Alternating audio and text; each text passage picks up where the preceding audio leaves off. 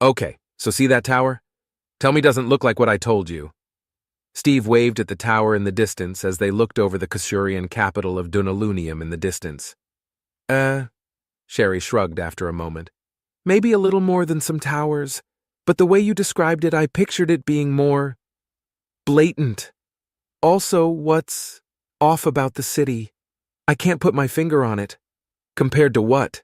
Steve asked, as he squinted a little now, trying to look for what she was seeing. All the other major cities we've been to. I know a lot of them are elven, but even Swarai's looked more. She hesitated as she tried to figure out what it was that bothered her about the city. Clean? Steve finally asked, and she snapped her fingers. Yes, clean! There's a general grubbiness about it, and a smell. She nodded. Well, Swarai's is on the bayou, so the water helps a great deal. Here, the city only has the Shums River, more commonly referred to locally as the Shit River, for obvious reasons, and see most elven cities rely on magic for constant movement of fresh water and clean fountains and all that, while Almarin cities have aqueducts feeding bathhouses and public latrines. But since the Kasurians neither have the magic nor the engineering skill available for either option, they just get rid of their waste the old-fashioned way. He nodded slowly as Sherry frowned. Meaning? She finally asked. Several hundred small streams of shit in the middle of their roads that lead through the streets down into the river, he explained as the half-demon groaned and scrunched up her face at the thought. And people willingly live in cities like this? She shook her head and then pointed at the tower once more. But back to our mission. So we have to break into there? No, that's just where they keep some of the jewels and fancy items and the evil artifacts like I mentioned before. We have to break into there. He pointed past the edge of the city as Sherry turned her gaze to a large fortress on a hill overlooking the city to the north. Northedral Palace. Northedral? She asked, and he nodded. There used to be two more distinct cities. There was a fight over which was more important. Now no one cares. But originally one had a big important cathedral. It was north of the city and, like I said, a big cathedral. Over time the names just sort of merged. Steve shrugged then. You'd be amazed at how lazy humans can be with words sometimes. I really wouldn't be. Sherry muttered, and then looked back up at the fortress. It looks well defended. It sure is. Steve agreed. Only one road up, and that's through several gated checkpoints. Most traffic enters through a small cave at the base that opens into the river, but the boat dock inside is even more well defended with several series of gates and magic wards. They didn't skimp out either, they paid for the good shit. Furthermore, the walls are patrolled by the best longbowmen the Kasurians have to offer, and their longbowmen are pretty damn good, I won't lie, so going over the walls is out. Then there's the matter of the specially trained Trescian magic eater hounds they have on patrol on the grounds to ensure anyone with magically altered disguises gets found. All in all, it's a nearly impossible fortress to break into. Steve stood there slowly nodding as he looked at their objective in the distance. So, how do we get in? Sherry asked. We cheat, Steve said simply and pulled a small crystal from his pocket. I've got the Orbitus special visitor crystal to their old Infinitarch. I've been in and out a dozen times scouting it all out. They don't guard the room, or even fucking lock the door. Sloppy, if you ask me. Just because the old magic hasn't been used in a few centuries doesn't mean they should assume it'll never be used. He grinned at her proudly as he revealed his trick. How did you manage to get that working again? I thought they've been broken for 2 centuries after... Sherry started before Steve cut in. Yeah, after the gods got into a hizzy shit and all that. Sure, they messed up the gate system so the old multi-step path doesn't work anymore, but you can bypass a lot of that by just connecting 2 of the arches directly. I read about it in an old book and tried it out. Works well. As Steve mentioned that, Sherry frowned at him a moment. Is that the same book that mentions when those gates open up to the wrong connection, there's a chance it'll tie directly into one of the various pits of hell or the void, unleashing unspeakable horrors upon this plane of existence? She stared at Steve as he slowly squirmed. Ah, the chances of that happening were limited. I was willing to risk it. Besides, the unspeakable horrors aren't all that unspeakable. They just have lots of mouths stuck all over.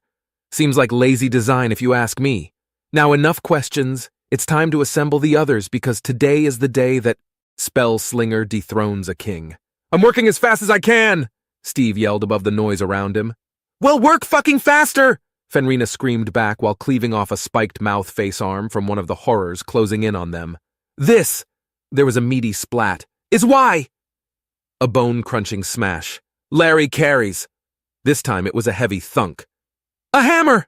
The dwarf bellowed while smashing said hammer into some part of another horror. I specifically mentioned this earlier, Sherry was shouting as she took a moment from casting hellfire on the creatures to smack Steve upside the head. I know, but statistically speaking, it'll never happen again, so be thankful this is our one. Got it. He stood up then as the arch flickered to life, and they could see a stone room beyond. Sherry dove through first, followed by Larry, and just as Fenrina stepped through, she grabbed Steve by the back of his harness and tugged him through while he finished casting his spell. From the other side of the arch, they could see the horrors get close just before they started to get hit with rocks falling from the sky. And then suddenly, nothing. You're sure that arch point is destroyed? Sherry asked. I'm positive. That was the new spell I'm working on. Giant fast-falling rock from the sky spell. It smashed that arch flat, and lots of those horrors as well. It's a very big rock. I used some very expensive magic casting at this time, but so far it seems to work better in the other planes. It's a bit tricky in ours, Steve explained with a nod. All you did was drop a rock on those things? Fenrina asked.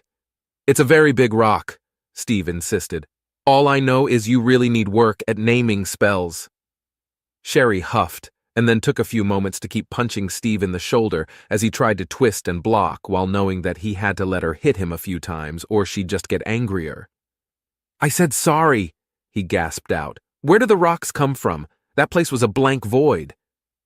Fenrina mentioned having ignored Sherry attacking Steve.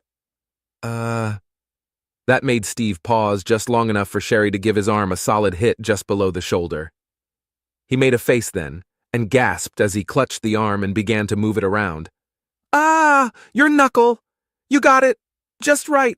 Ah! Just like my brothers used to do. Shit. He kept shrugging and moving his arm as he rubbed it, trying to get rid of the odd feeling the hit had caused through his arm. Was that necessary? Yes, Sherry growled. Fine.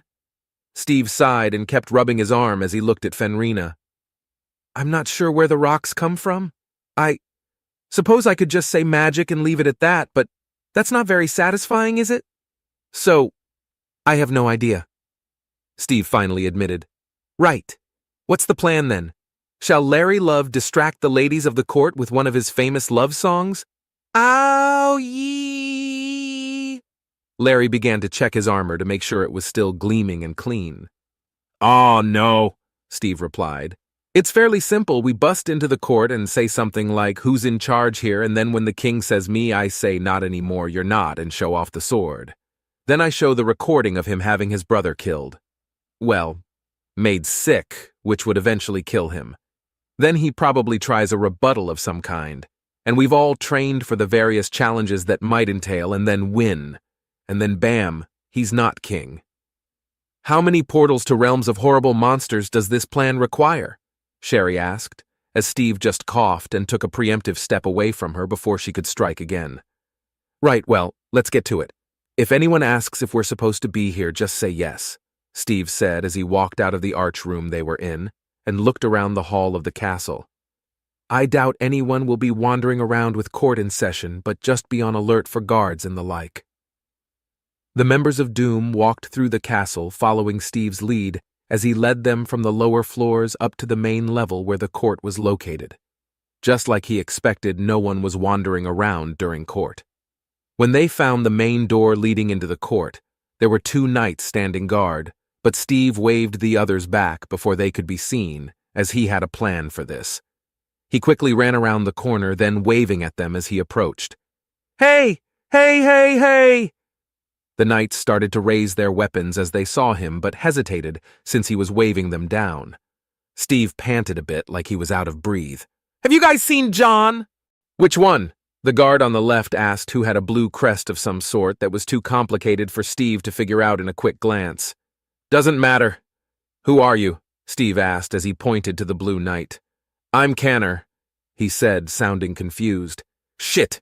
So does that mean you're—" He waved at the knight on the right while panting like he was still catching his breath. This knight had a green fish on his shield for some reason. "Markin," the knight nodded.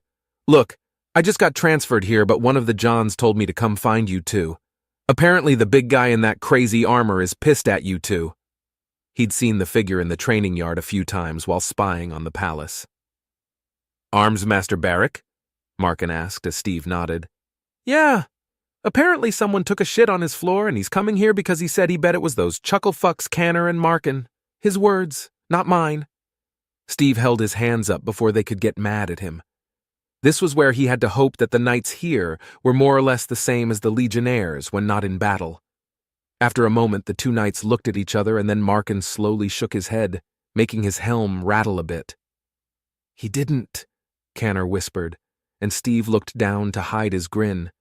Then he coughed and tried to look worried once more as he looked back up. "Look, it doesn't matter who actually did it. John! One of them at least told me to tell you two to get out of here. Get to the furthest post you can find and get all your friends to cover for you that you've been out there all day. He said he'd fix it best he can. But you need to go like right now," Steve insisted. The knights looked at each other for a moment before Canner spoke first. "But who'll guard the door?" The knight looked from the door to Markin and then at Steve. "I'll do what I can to stall, but you need to hurry. John said he'll cover it," Steve hissed. Canner hesitated still, but Markin was already turning and heading to another hall. "I'm out. You can stay if you want to try and prove we've been set up for this, but I do not want to see Armsmaster Barrack on the day someone took a shit on his floor." Even as Markin headed off with a clank of his armor, Canner hesitated another second until Steve waved him on. "Go! I'll cover for you! But don't forget the favor I did you in the future, okay?" Steve stared at the knight before he finally turned and chased after Markin as his armor creaked and clanked with his hasty movements. Steve waited for until they were both out of sight down the hall, and he couldn't hear the sound of their armor clanking around anymore. Then he turned to the hall the others were hiding down. "Clear." As the others came out, he smiled at them and Sherry just shook her head. "Why is it so easy for you to get guards to leave their posts?" "You just have to understand the mind of a guard," he replied with a shrug. "What seems more likely to them? That a lone intruder broke in and then approached them directly? Or that their superior is pissed as hell at them for something they didn't do? If you know how they think, you know how to lie to them." "So they totally ignored your accent?" Fenrina asked, and Steve just waved that off. "In other garrisons, they might be more suspicious, but this is the palace. Who knows what sort of expert or mercenary someone hired? Now, if I sounded like a Francomanian, they'd likely be more suspicious, but hardly any Kasurians know what an Almarin sounds like." Then he turned around to face the large door before them as he motioned to Fenrina. "Right, break it down and let's do this." "What? This door?" she asked in surprise and looked up at it. "I can't break this down, look at it." "So I've seen you bust down all kinds of doors. It's more impressive this way for our grand entrance." Steve waved at it. "Just push on it," Fenrina mentioned. Steve frowned and reached out to push on the door. After a moment, he pushed harder and really leaned into it as it didn't budge before he stepped back. "Okay, so they barred it from the other side." He set his hands on his hips and frowned as he tried to revise his plan. "Let's just use the side door." Fenrina waved at the smaller door to the side. "But that's so much less impressive," Steve groaned out. "Maybe if I use magic?" "No, then it could hurt the people on the other side." "Fine. We'll use the small door." He grumbled and crossed his arms with a huff. Fenrina just rolled her eyes and walked over to the much smaller door to the side, which she proceeded to kick open. Steve gasped as he realized she hadn't waited for his signal and quickly ran through the door into the court. "Not anymore, you're not!" he shouted to the assembled and now confused nobles inside. The throne room was quite massive, as befitting the ego of most Kasurian kings. It was a long room, where the ceiling was divided into dozens of smaller sections, where each contained a painting of a famous or important event in Kasurian history. It always made Steve think of looking out from the eyes of a giant insect, somehow seeing so many different times and places from those many tiny little eyes. At the far end was, of course, the throne, a grand work of the finest craftsmen from all over the Kasurian Isles. It was decorated with gold, jewels, and the finest fabrics. Behind the throne were massive vaulted windows overlooking the brown sludge that was the Shums River and the city beyond. But right now the focus in the throne room was on Steve, as the assembled nobles turned to stare at him, and the guards who were inside the room began to hesitantly approach since they weren't sure what was going on. "Steve, you forgot the first part of the line," Fenrina mentioned as Steve blinked and realized what he'd said. "Fuck, well, shit. That idea is ruined, but it doesn't matter, because I have—" He went to pull the sword from his back to show it off, but as he tried to pull it back, the tip got stuck in the scabbard, and he frantically tried to wriggle it around and pull up to get it out. When he let go of the hilt to try and grab the flat of the blade lower down, it fell free with a clatter to the ground as the nobles gasped and backed off as the guards got closer. Sorry, I'm really not used to such long swords," Steve shouted as he stumbled after the sword, kicking it across the ground a few feet before finally grabbing it and hoisting it in the air. "I have your sword of rulership, whatever the hell it's called. See the runes." He pointed to the softly glowing runes along the center. There was much surprised muttering and murmuring within the crowd then, as the guards stopped short, now even less sure of what they should be doing. "So you are a thief who dare try and claim the throne?" "I am rightful king," Gorlan shouted as he stood up from his throne. For an evil king, he didn't really look the part, though Steve knew best of all that good and evil rarely looked like one was led to believe.